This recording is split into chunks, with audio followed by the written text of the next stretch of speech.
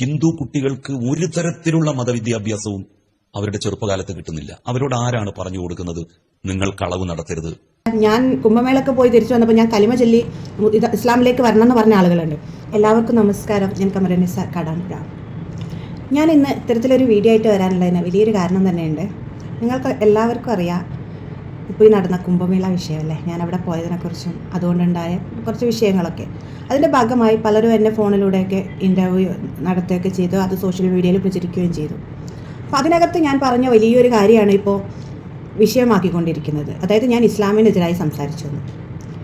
അതായത് ഞാൻ പറഞ്ഞത് ഏറ്റവും കൂടുതൽ MTM ആയിക്കോട്ടെ, സ്വർണം കടത്തായിക്കോട്ടെ, മറ്റു തരത്തിലുള്ള എന്താ പറയുക കാര്യങ്ങളായിക്കോട്ടെ, അതായത് ഉമ്മയെ കൊല്ലുന്നു, മറ്റുള്ള തരത്തിലുള്ള ഉപദ്രവങ്ങളായിക്കോട്ടെ, എല്ലാം ഏറ്റവും കൂടുതൽ ഇസ്ലാമിലുള്ള ആളുകളാണ് ചെയ്യുന്നത് എന്ന് ഞാൻ പറഞ്ഞതാണ് വളരെ രൂക്ഷ വിമർശനങ്ങൾക്ക് വിധേയമായിക്കൊണ്ടിരിക്കുന്നത്. അപ്പോൾ എനിക്ക് അവിടെ പറയാനുള്ളത്, ഞാൻ 2 ദിവസം മുന്നേ ഞാനൊരു പ്രസംഗം കേൾക്കുകയുണ്ടായി.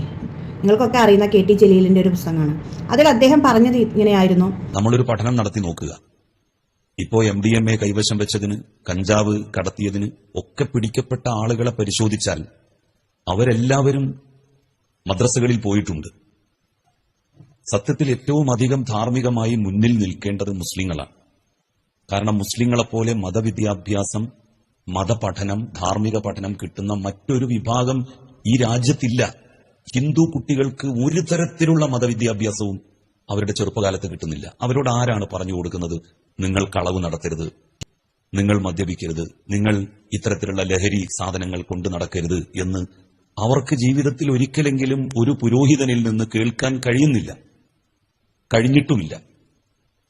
അങ്ങനെ ഒരു മദ്രസയിലോ ഒരു ക്ഷേത്ര പാഠശാലയിലോ പോകാത്ത സഹോദര സമുദായങ്ങൾ പുലർത്തുന്ന ആ ഒരു ധാർമ്മിക ബോധം പോലും മദ്രസയിൽ പോകുന്നു എന്ന് പറയപ്പെടുന്ന മുസ്ലിം സമുദായത്തിൽ നിന്ന് ഉണ്ടാകുന്നില്ല എങ്കിൽ അതെന്താണ് എന്നുള്ളതിനെ സംബന്ധിച്ച് പരിശോധിക്കണം.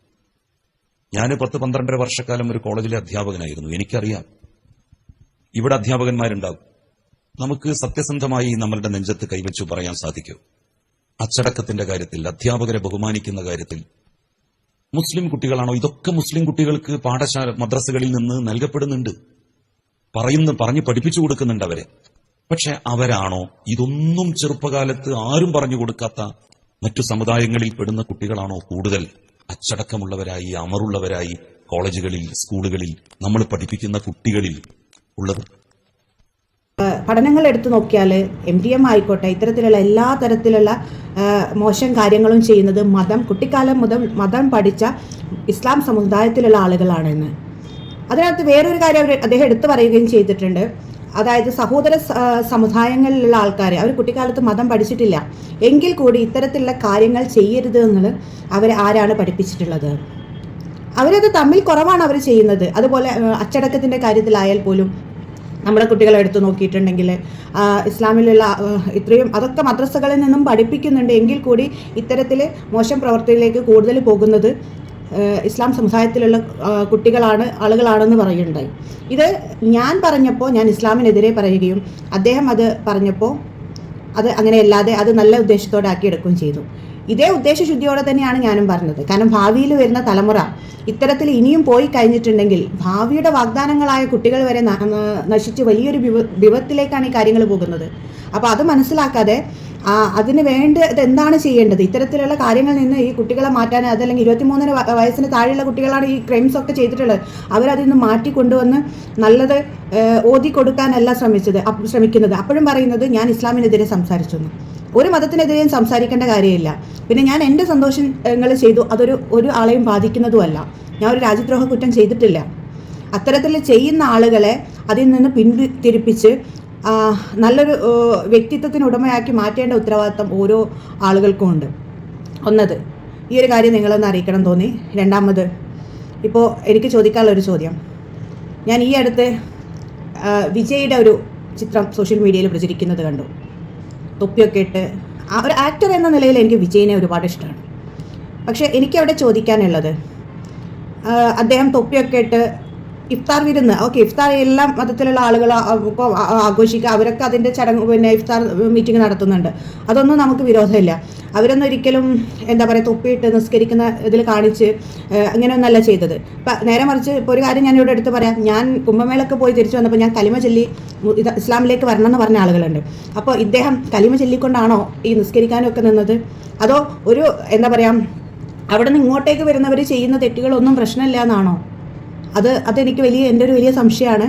അതേപോലെ തന്നെ ഇവിടെ നിന്ന് അങ്ങോട്ടേക്ക് പോകുന്നു, അവർ ചെയ്യുന്നു, അവിടെ ഈ പറഞ്ഞ പോലെ കുംഭമേളക്ക് പോകുന്നു, അല്ലെങ്കിൽ അമ്പലങ്ങളിൽ പോകുന്നു, ക്രിസ്ത്യൻ ചർച്ചുകളിൽ പോകുന്നു, ഇത് മാത്രമാണോ തെറ്റ്?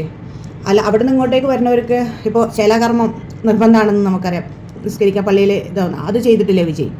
നെക്സ്റ്റ് വന്നിട്ടുള്ളത് നിസ്കരിക്കുകയാണ് ചെയ്തത്, അതല്ലാണ്ട് അവിടെ പോയി ആ ഒരു ഇഫ്താർ മീറ്റിങ്ങിൽ പങ്കെടുത്ത് ഭക്ഷണം കഴിച്ച് പോരല്ല ചെയ്തത്. അപ്പോൾ അത് തെറ്റല്ലേ?